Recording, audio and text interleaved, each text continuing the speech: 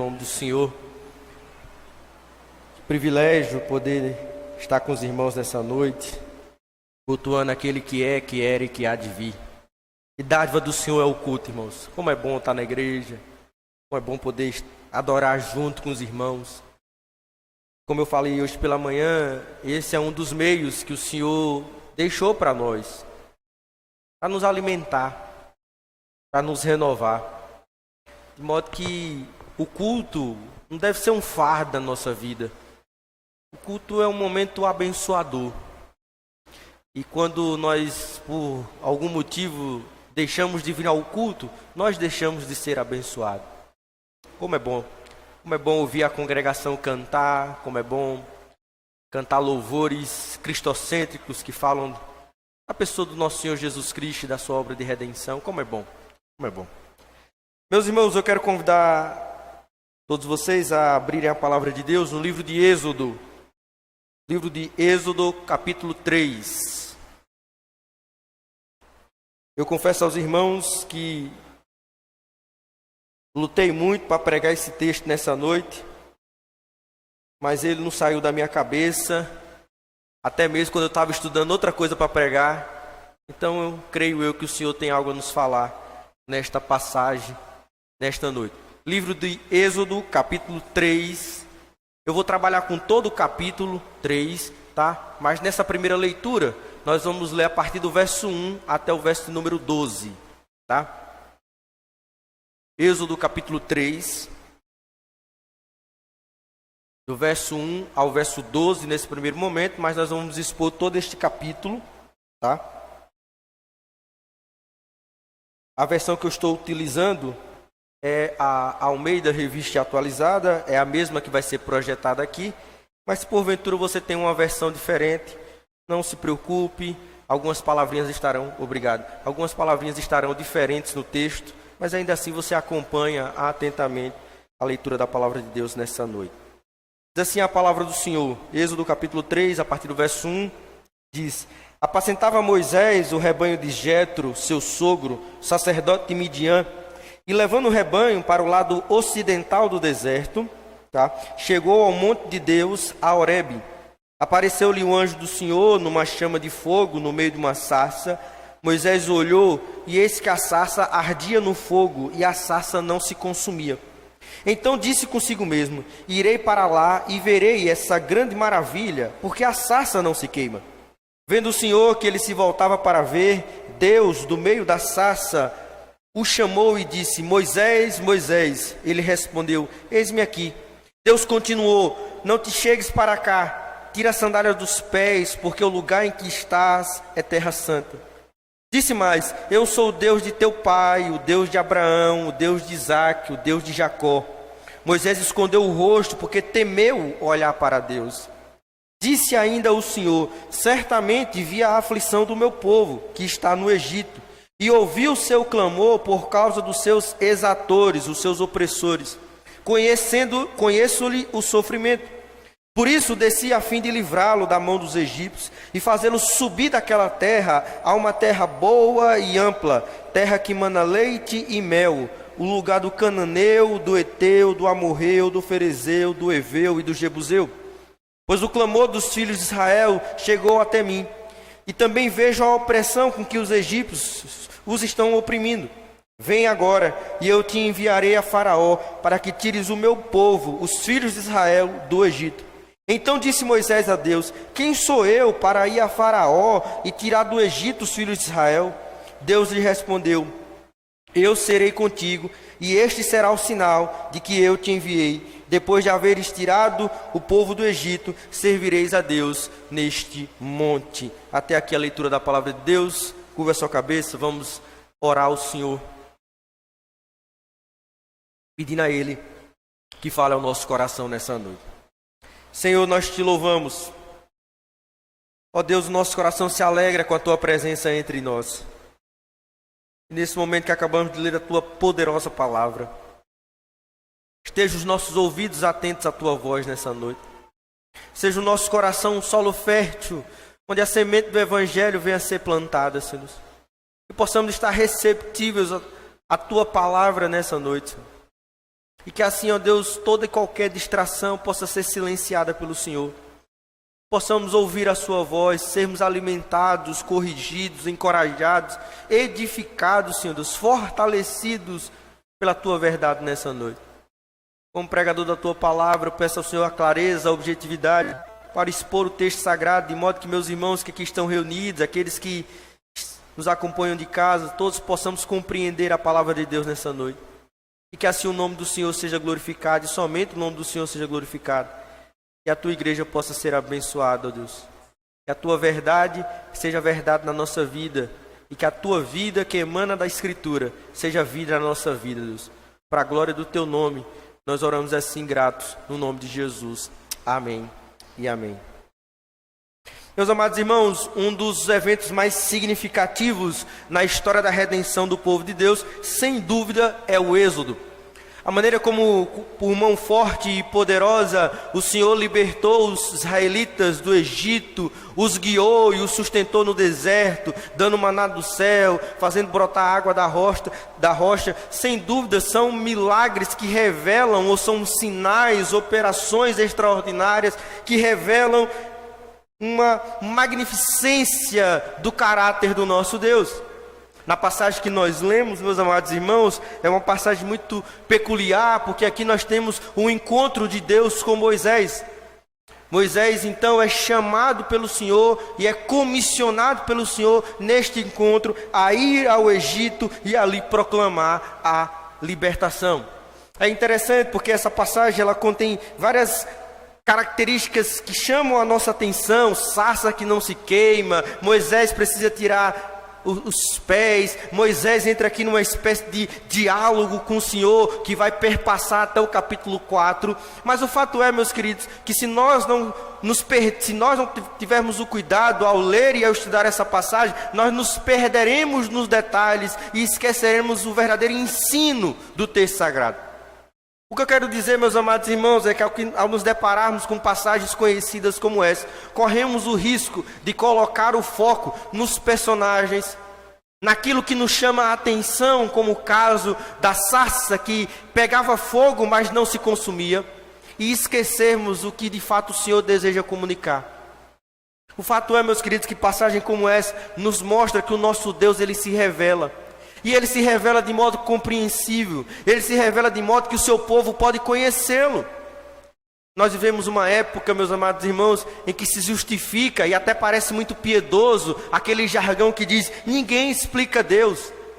Ora, se Deus não se explica, como ele pode ser conhecido? Se nós não conseguimos ler a Escritura e compreender de tal modo que aquilo não apenas impacte a nossa vida, mas que sejamos capazes de transmitir aquelas verdades da palavra de Deus a outros, como é que Deus pode ser conhecido? Então, meus amados irmãos, jargões desse tipo apenas justificam uma aparente piedade. É lógico que Deus transcende a racionalidade humana. É lógico que Deus está para além daquilo que nós podemos alcançar racionalmente. Mas tudo aquilo que Ele revelou na sua palavra é suficiente para que nós o conheçamos, o amemos, saibamos quem Ele é e nos dediquemos em uma devoção rendida, profunda, como aqui nós cantamos. Nós cantamos nessa noite aqui: Senhor, quero ouvir a Tua voz. Eu quero conhecer-te mais. O conhecimento de Deus, a falta de conhecimento de Deus tem tornado o povo do Senhor suscetível, a ventos de doutrinas estranhas com os seus falsos mestres. Mas ao mesmo tempo, a falta de conhecimento de Deus não apenas é um perigo do ponto de vista doutrinário, mas é um perigo também no que diz respeito à espiritualidade. Porque a falta de conhecimento de Deus é a razão de muitos nos círculos cristãos nutrirem uma espiritualidade rasa e superficial, baseada meramente na experiência ou na emoção. Meus amados irmãos, é lógico que como seres humanos que somos, Deus nos dotou de emoções. Deus nos dotou da capacidade de sentir e de expressar esses sentimentos. Contudo, a revelação de Deus é uma revelação que passa pela racionalidade. Somos chamados a conhecer a Deus e conhecer pelo meio que Ele estabeleceu, ou seja, pelo meio que Ele se revelou. E Deus se revelou na Escritura, Deus se revelou de modo verbal. O nosso Deus é um Deus que fala. E o texto deixa isso muito claro. De modo que nessa noite eu gostaria de pensar com os irmãos sobre o Deus que se revela. Eu queria ver isso em 3 partes. Em primeiro lugar, esse Deus se revela de modo singular, nos versos 1 a 12. Esse Deus se revela de um modo suficiente, nos versos 13 a 16. E esse Deus se revela de modo soberano, nos versos 17 a 22. Então o sermão de hoje é muito fácil. São 3 S, tá? Singular, suficiente e soberano. Então queira Deus nos abençoar enquanto nós estudamos a sua palavra nessa noite. Meu objetivo, portanto, é expor cada uma dessas divisões feitas por mim no texto. E ao concluir a minha mensagem, trazer algumas aplicações para nós. Então vejamos em primeiro lugar o modo singular com que Deus se revela a Moisés. Vejamos aí o verso 1 e o verso 2. Apacentava Moisés o rebanho de Jetro, seu sogro, sacerdote de Midian, e levando o rebanho para o lado ocidental do deserto, chegou ao monte de Deus, a Horebe. Apareceu-lhe um anjo do Senhor, numa chama de fogo, no meio de uma sarça. Moisés olhou, e eis que a sarça ardia no fogo, e a sarça não se consumia. Meus amados irmãos, após deixar o Egito fugitivo, Moisés, então, casou-se com a filha de Jetro, chamada Zípora. Já havia passado 40 anos daquele episódio em que Moisés acaba fugindo do Egito, quando ele vai defender um hebreu, provavelmente ali de algum capataz que maltratava o hebreu. 40 anos havia se passado. Moisés durante esse tempo casou, teve 2 filhos, e ele se dedicava aqui ao pastoreio de rebanho. O hebraico aqui, quando diz que Moisés apacentava o rebanho de Jetro, quer dizer aqui que esta era a sua ocupação laboral. Moisés era um pastor de ovelhas, e era uma profissão muito comum entre os judeus. Moisés então apacentava o rebanho do seu sogro, e durante uma dessas rotinas laborais diárias, Moisés então levou o rebanho na direção do Monte Horebe. O Monte Horebe vai ser conhecido posteriormente como um Sinai. Vai ser um monte onde Deus vai se revelar a Moisés aqui no capítulo 3, mas também é um monte onde Deus vai se revelar a Israel, lá no capítulo 19 do livro de Êxodo, dando-lhe a lei. Então Horebe e Sinai no Antigo Testamento, eles podem ser utilizados de modo intercambiável. Moisés aqui, por enquanto, chama de Monte Horebe. E o texto nos diz que enquanto Moisés estava ali com o rebanho do lado ocidental, algumas versões dizem o lado oeste do deserto, ele chegou ao Monte Horebe e ali lhe apareceu o anjo do Senhor. Essa expressão anjo do Senhor é uma expressão muito comum no Antigo Testamento, para significar aquilo que os teólogos chamam de uma teofania, uma manifestação visível de Deus. Talvez uma das manifestações teofânicas mais conhecidas seja aquele episódio em que Jacó está para encontrar com seu irmão Esaú no Val de Jaboque, e ele luta com um anjo, e Jacó ali identifica aquele anjo como um anjo do Senhor. Ele aceita a adoração, ele só faz o que Deus pode fazer, ele abençoa. Então ali nós temos uma manifestação, uma teofania, uma manifestação visível de Deus. O texto nos diz que o anjo do Senhor apareceu a Moisés, e apareceu a Moisés numa chama de fogo no meio de uma sarça. E a sarça, ela ardia em fogo, mas a sarça não se consumia. Alguns intérpretes, meus amados irmãos, eles tentam alegorizar o significado dessa sarça. Alguns vão dizer, por exemplo, que esta sarça significa Deus que consome Israel, queima Israel, mas não lhe destrói. Contudo, meus queridos, nós não temos a menor base no texto para alegorizar o significado da sarça aqui. Na verdade, creio eu, que o foco da passagem não é nem mesmo a sarça. A sarça é o mero instrumento utilizado por Deus para chamar a atenção de Moisés. Moisés, durante aqueles anos de pastoreio, lidando com o rebanho, ele nunca tinha visto isso. Um arbusto, uma árvore, um espinheiro pegar fogo e não se acabar. Tanto que o texto diz que Moisés, então, atraído por esse episódio, Moisés resolve ir para lá, ver essa maravilha, como diz o texto aí no verso número 3. Portanto, aqui o foco não deve ser a sarça, mas o foco aqui é aquilo que Deus fala. E aqui é muito interessante, meus queridos, porque do ponto de vista da teologia, quando nós tratamos da teologia da revelação, nós temos aquilo que os teólogos chamam de revelação verbal de Deus. Deus fala, Deus se comunica, Deus fala com os seus, Deus fala com o seu povo.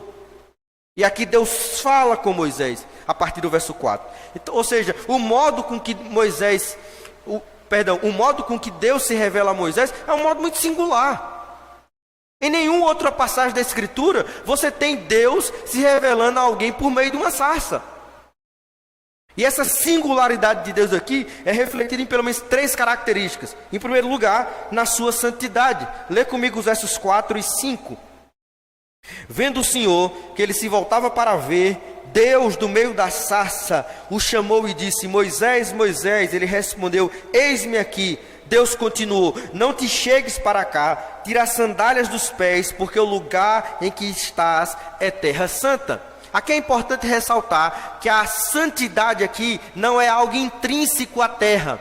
Essa ideia de que alguns lugares podem absorver certo poder ou certo misticismo não é uma ideia cristã, mas é uma ideia pagã. Este lugar aqui é santo porque Deus está presente nele. Deus fala com Moisés. Ou seja, é a presença de Deus que é santa. Ou seja, Deus se revela a Moisés de modo em que ele demonstra a sua santidade. E isso fica claro no verso 5, quando Deus ordena que Moisés tire as sandálias dos pés. E aqui mais uma vez, os intérpretes tentam achar significados para o fato de Deus ter ordenado Moisés a tirar a sandália. Alguns dizem que era porque as sandálias eram feitas de couro de animal, então poderia ter alguma impureza, como é o caso do sangue. Outros aqui vão dizer que seria um ato de reverência a Deus. Contudo, creio eu que quando Deus ordena a Moisés a tirar as sandálias dos pés, o que Deus está contrastando aqui é a pecaminosidade de Moisés e a sua santidade. O nosso Deus é inteiramente puro.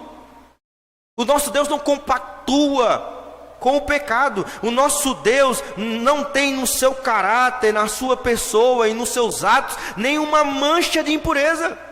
E Moisés isso precisa ficar muito claro para Moisés. Quem é o Deus que está falando com ele? É o Deus que é perfeitamente santo. É um Deus que não tem mácula. É um Deus que não tem pecado. É um Deus que não compactua com a maldade. É um Deus que é totalmente distinto do homem. Mas a singularidade de Deus não fica apenas evidente na sua santidade, fica evidente na sua fidelidade. Olha o verso número 6.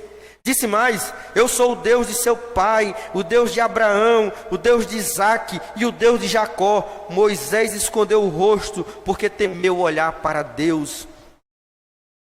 Meus queridos, todas as vezes que vocês estiverem lendo a Escritura e algum autor se referir a Deus como Deus de Jacó, o Deus de Abraão, de Isaque e de Jacó, esta é uma referência direta ao pacto.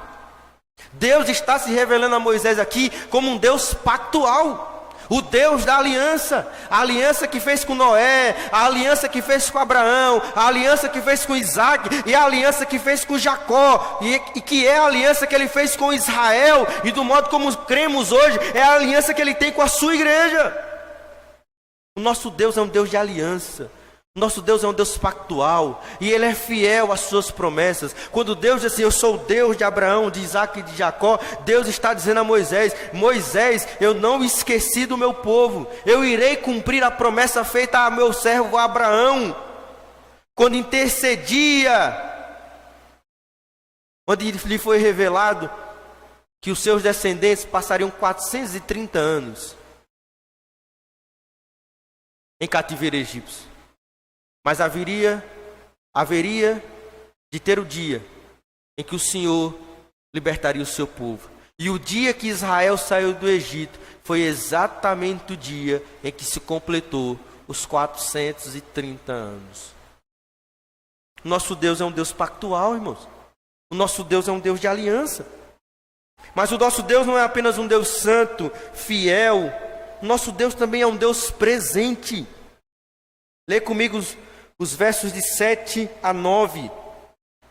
Disse ainda o Senhor: certamente vi a aflição do meu povo que está no Egito, e ouvi o seu clamor por causa dos seus exatores. Conheço-lhe o sofrimento, por isso desci, a fim de livrá-lo das mãos dos egípcios, e para fazê-lo subir daquela terra, a uma terra boa e ampla, terra que mana leite e mel, o lugar do cananeu, do eteu, do amorreu, do ferezeu, do eveu e do jebuseu.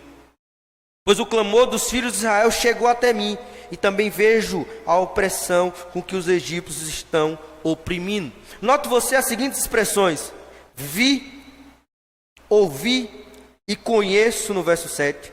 No verso 8 diz desci. E no verso 9 diz que o clamor chegou até mim. Todas estas expressões destacadas são expressões antropomórficas, são maneiras humanas de Deus comunicar a sua presença. Nós não teríamos outra maneira de conhecer as ações de Deus se isso não fosse colocado em uma linguagem compreensível. O nosso Deus vê, nosso Deus ouve. As nossas orações chegam até Ele. A ideia é que Ele tem uma habitação. E Deus conhece o sofrimento. O nosso Deus é um Deus presente. O nosso Deus conhece a aflição do seu povo. O Senhor conhece as angústias da alma que afligem o seu povo. E Deus diz a Moisés: eu sou um Deus presente. Mas note você que a presença de Deus aqui não é apenas um consolo na aflição. A presença de Deus aqui é um encorajamento ao cumprimento da missão. Lê comigo os versos 10 a 12.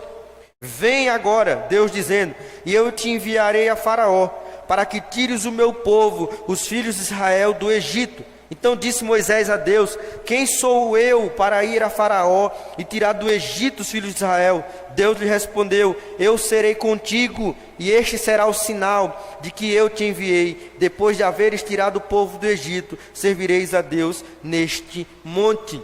Meus amados irmãos, a resposta de Moisés aqui, ou colocando até de outra maneira, a objeção de Moisés aqui, a comissão dada por Deus, não deve ser tomada de maneira piedosa, como se Moisés estivesse aqui reconhecendo a sua limitação, a sua incapacidade. Não, esta primeira objeção de Moisés aqui, registrada no verso 11, é a primeira de 5 objeções que ele levantará diante de Deus para não cumprir a ordem do Senhor. A última delas, inclusive, está no capítulo 4, quando ele vai dizer assim, envia, verso 13, envia aqueles que há de enviar, menos a mim. E é interessante como Deus vai trabalhar com Moisés, porque Deus pacientemente, de maneira graciosa, vai responder a cada uma das objeções feitas por Moisés. Deus diz assim: quem sou eu? Deus diz: eu vou contigo. Ou seja, Deus não apenas comissionou Moisés, como Deus diz que vai com ele na missão. E talvez aqui nós consigamos compreender a oração feita por Moisés anos depois, quando diante da dureza do coração de Israel, Deus diz assim: eu não vou subir com esse povo. Êxodo capítulo 33. Eu não vou subir com esse povo, porque esse povo tem coração duro. E Moisés vai dizer: eu vou mandar um anjo. E Moisés diz assim: se o Senhor não for comigo, nós não arredaremos o pé. Porque na vocação de Moisés, no chamado de Moisés, Deus lhe deu a garantia que estaria com ele no cumprimento da missão. Meus amados irmãos, a revelação de Deus é um encorajamento para que possamos conhecê-lo. E conhecê-lo como Ele é. Conhecendo a sua santidade, descansando na sua fidelidade e sendo encorajado pela sua presença. O nosso Deus sabe das nossas lutas, das nossas limitações, das nossas dificuldades, dos nossos problemas, das nossas angústias, das nossas lágrimas, mas a presença dEle é conosco. É esse o encorajamento que Deus dá a Moisés. Quem sou eu? Diz Moisés. Deus diz, eu vou contigo, Moisés.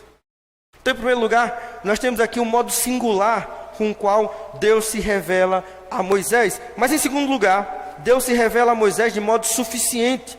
Lê comigo os versos de 13 a 16. Disse Moisés a Deus, eis que quando eu disse Moisés a Deus, eis que quando eu vier aos filhos de Israel e lhe disser, o Deus de vossos pais me enviou a vós outros, e eles me perguntarem, qual é o seu nome? Que lhes direi? Disse Deus a Moisés, eu sou o que sou. Disse mais, assim dirá aos filhos de Israel, eu sou, me enviou a vós outros.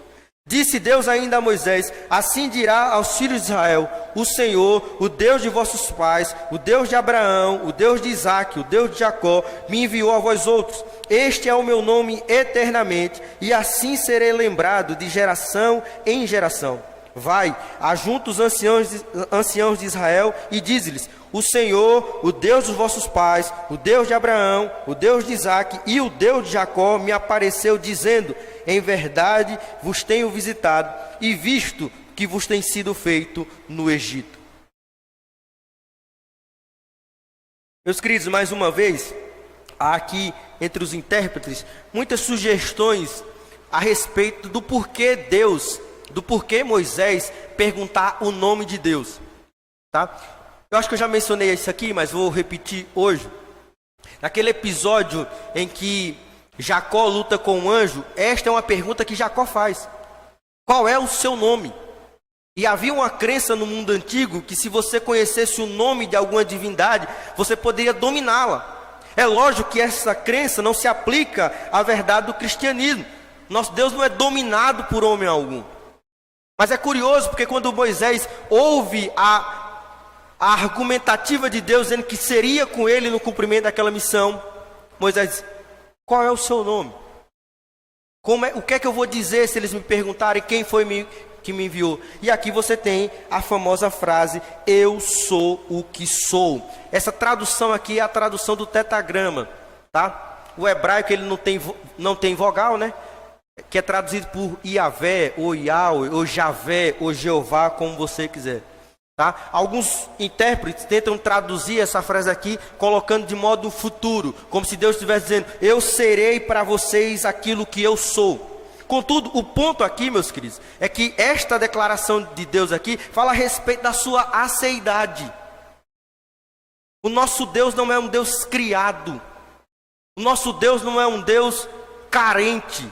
O nosso Deus não é um Deus limitado. O nosso Deus não é obra das mãos humanas ou da mente humana. O nosso Deus é suficiente em si mesmo. Eu sou o que sou.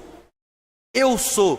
Curiosamente, apenas a título de informação, quando o Senhor Jesus aplica no Novo Testamento, principalmente no Evangelho de João, eu sou a luz do mundo, eu sou o pão da vida, eu sou a ressurreição e a vida. O eu sou ali empregado é o eu sou do Êxodo.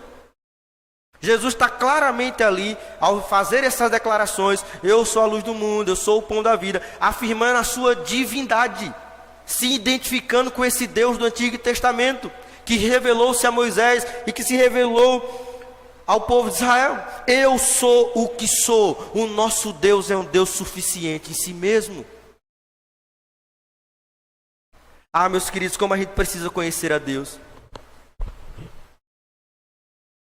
Porque a falta de conhecimento de Deus, muitas vezes, especialmente em alguns ambientes mais chegada a uma adoração mais intimista, o nosso Deus é pintado como alguém que carece da nossa ajuda, do nosso socorro, da nossa oração, das nossas afeições. A teologia do coach pinta um Deus que é um Deus necessitado. Um Deus que precisa da sua força, do seu pensamento. Não, o nosso Deus é suficiente em si mesmo. Eu sou o que sou. É por esse nome que eu serei conhecido. É por esse nome que eu serei lembrado. O nosso Deus é suficiente em si mesmo. O Pai e o Filho nessa trindade santa. 3 pessoas distintas, mas apenas um Deus. Eles se satisfazem a si mesmo. É por isso que o Evangelho de João, no capítulo 17, quando Jesus vai orar a sua famosa oração, aquilo que ficou conhecido como a oração sacerdotal, Jesus diz assim: eu te glorifiquei na terra, consumando a obra que me confiaste para fazer. Quem é glorificado por Jesus? O Pai. Porque o Pai se satisfaz no Filho e no Espírito. O Filho se satisfaz no Pai e no Espírito. E o Espírito se satisfaz no Pai e no Filho. Porque o nosso Deus é um Deus suficiente em si mesmo. Mas em terceiro e último lugar, nosso Deus se revela de modo soberano. Olha o que diz os versos 17 a 22. Se você está pensando em perder alguns quilos no ano de 2024, você me pede para escalar você para pregar, tá? E no dia você ainda bota uma camisa de manga longa, tá? Que hoje eu estou derretendo aqui, não é pouco não. Verso 17 a 22. Portanto, disse eu, faz-vos-ei subir da aflição do Egito para a terra do Cananeu, do Eteu, do Amorreu, do Ferezeu, do Eveu, do Jebuseu, para uma terra que mana leite e mel. E ouvirão a tua voz, e irás com os anciãos de Israel ao rei do Egito, e lhe dirás: o Senhor, o Deus dos hebreus, nos encontrou. Agora, pois, deixa-nos ir caminho de 3 dias para o deserto, a fim de que sacrifiquemos ao Senhor nosso Deus. Eu sei, porém, que o rei do Egito não vos deixará ir, se não for obrigado por mão forte. Portanto, estenderei a mão, ferirei o Egito com todos os meus prodígios que farei no meio dele. Depois vos deixará ir. Eu darei mercê a este povo, aos olhos dos egípcios, e quando sairdes, não será de mãos vazias. Cada mulher pedirá à sua vizinha e à sua hóspeda joias de prata, joias de ouro e vestimentas, as quais poreis sobre os filhos e sobre as vossas filhas, e despojareis os egípcios. Tá? Meus queridos, aqui Deus revela a Moisés como ele iria operar esta obra de libertação. E é curioso porque Deus revela a Moisés, inclusive, que ele teria sucesso ao falar com os anciãos. O texto diz que os anciãos, verso 18, ouviriam a voz de Moisés, ou seja, aceitariam a mensagem do Senhor por meio de Moisés. Mas Deus também diz que eles encontrariam obstáculos. O rei do Egito, Faraó, não os deixaria ir se não fosse obrigado por mão forte. Aqui há um tema interessante que não convém aqui a gente explorar agora, por causa do objetivo da nossa exposição, que é o endurecimento do coração de Faraó. Tá? E quando você vai lendo o livro de Êxodo, no capítulo 4, Deus diz claramente a Moisés que ele vai endurecer o coração de Faraó. E a partir do capítulo 5, quando começam a ser operados as pragas, os milagres, Deus claramente diz: olha, eu vou endurecer o coração de Faraó. Na praga das rãs, por exemplo, Faraó chega a pedir a Moisés: Moisés, olha, tira isso, ora. Aí Moisés diz assim: quando é que o povo pode ir? Amanhã. Moisés só: pois quando eu sair daqui as rãs vão cessar. E Moisés ora, sai, ora, as rãs cessam, tá? E diz o texto bíblico que mais uma vez o coração de Faraó se endureceu. Ou seja, em sua soberania, mesmo sabendo da aflição e do sofrimento do seu povo, esta libertação não seria algo simples. Isso mostra que muitas vezes, meus queridos, Deus se propõe a resolver determinadas circunstâncias na nossa vida, mas não ao nosso tempo, não ao nosso modo, mas conforme a sua providência graciosa. Deus se utilizaria do endurecimento do coração de Faraó para demonstrar o seu poder e a sua glória, para demonstrar e fazer distinção entre aqueles que lhe pertencem e aqueles que não lhe pertencem, como é o caso, por exemplo, da praga das trevas. Havia trevas em todo o Egito, menos na terra de Gósen, onde habitavam os israelitas. Ou como foi no caso, na noite da libertação, com a celebração da Páscoa, onde o sangue nos umbrais das janelas e das portas marcavam, era o sinal que livrava do anjo da morte. Morreu até primogênitos de animais, mas não morreu primogênitos dos israelitas. Ou seja, em sua soberania, Deus não apenas conhece o nosso sofrimento, mas quando Ele se propõe a nos ajudar, isso não acontece da nossa maneira. Isso não acontece no nosso tempo. E se aquilo que Deus estava fazendo para endurecer o coração de Faraó, executando o juízo, aquilo representava para Israel um teste de fé e paciência. Nós falamos semana passada sobre a arte da paciência, por meio da vida de Noé. A nossa vida, muitas vezes, meus amados, a nossa vida com Deus requer fé para esperar o seu tempo, a sua hora, o seu momento. E continuar assim, nessa espera gloriosa, continuar assim crendo na soberania do Senhor. Mas note você que o texto diz, no verso 19, que o rei do Egito haveria de ser obrigado por mão forte, mas no verso 20, Deus disse que faria prodígios. Ou seja, a promessa de libertação seria cumprida, não cairia por terra, não seria Faraó o obstáculo para que Deus viesse libertar o seu povo. E Deus diz ainda mais. Deus diz que nesse ato, nessa ação de libertação em favor do seu povo, Deus daria mercê, faria os israelitas se tornarem favoráveis aos olhos dos egípcios, para que não saíssem de mãos vazias. Eles ainda haviam de despojar aqueles egípcios com joias de prata, de ouro, vestimentas, enfim.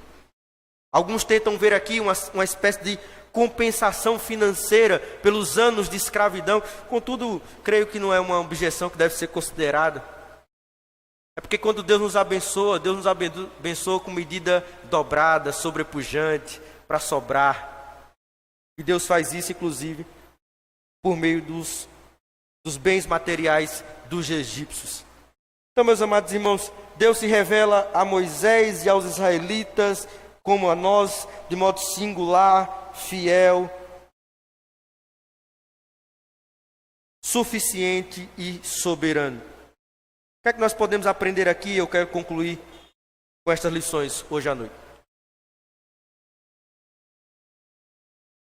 Eu creio que a gente pode aprender 3 importantes lições aqui. Eu quero que você guarde no seu coração. Primeiro, o cristão é chamado a conhecer a Deus. O cristão é chamado a conhecer a Deus. Isso significa dizer, meus amados irmãos, que relacionamento com Deus é conhecimento de Deus. Não há como conhecer Deus senão pelos meios que Ele se revelou. E Ele se revelou na sua palavra. Isso significa dizer que se nós queremos conhecer a Deus, nós precisamos de uma vida voltada para a sua palavra. Nós precisamos de uma vida dedicada à leitura, à meditação, ao estudo, à prática da devoção ou da disciplina espiritual, da leitura da palavra e da oração. Sem isso nós não conhecemos Deus. Nós não conhecemos Deus de outra maneira que não seja pela palavra dEle. Nosso Deus fala. E a palavra de Deus foi colocada em letras, em frases, em parágrafos, em livros, para que possamos conhecê-lo.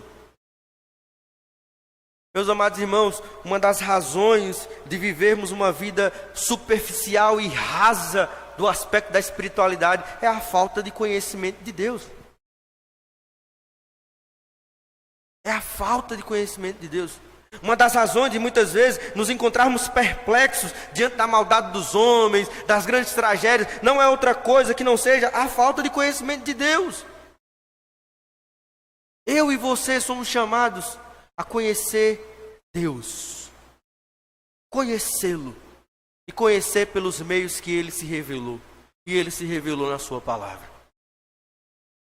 Então, quer conhecer Deus? Leia a Escritura. Medite na Escritura. Estude a Escritura. É assim que se conhece Deus. Segundo, Deus conhece a aflição do seu povo. Deus conhece a aflição do seu povo. Deus sabe das suas lágrimas. Deus sabe das suas noites insones. Deus sabe da inquietude do seu coração. Deus sabe da sua saúde.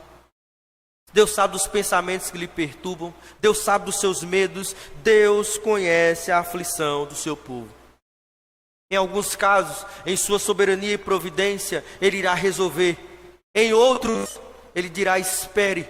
E em outros, Ele te dará força para passar por esse vale. Quantas vezes, na circunstância dessa vida, nós não achamos que Deus se esqueceu de nós, que Deus não ouviu as nossas orações ou não está ouvindo as nossas orações, que Deus nos abandonou. Mas Ele vê, Ele ouve, Ele sabe. Ele sabe da sua aflição. Ele sabe daquilo que faz o seu coração apertar. Ele sabe as causas pelas quais, de joelhos e em lágrimas, nós nos dobramos em sua presença clamando aos céus. Ele sabe. Ele sabe. Então o seu sofrimento, a sua dor, a sua angústia não estão alheias aos olhos do nosso Deus. Ele conhece a aflição do seu povo. Ele sabe. E Ele não apenas sabe, mas como Ele se revelou a Moisés, Ele é presente. Ele está em cada estação da sua vida. Seja ela boa ou ruim, Deus está presente. Ele vê, Ele ouve e Ele sabe. Terceiro e último lugar, e eu termino. A verdadeira liberdade é obra da graça.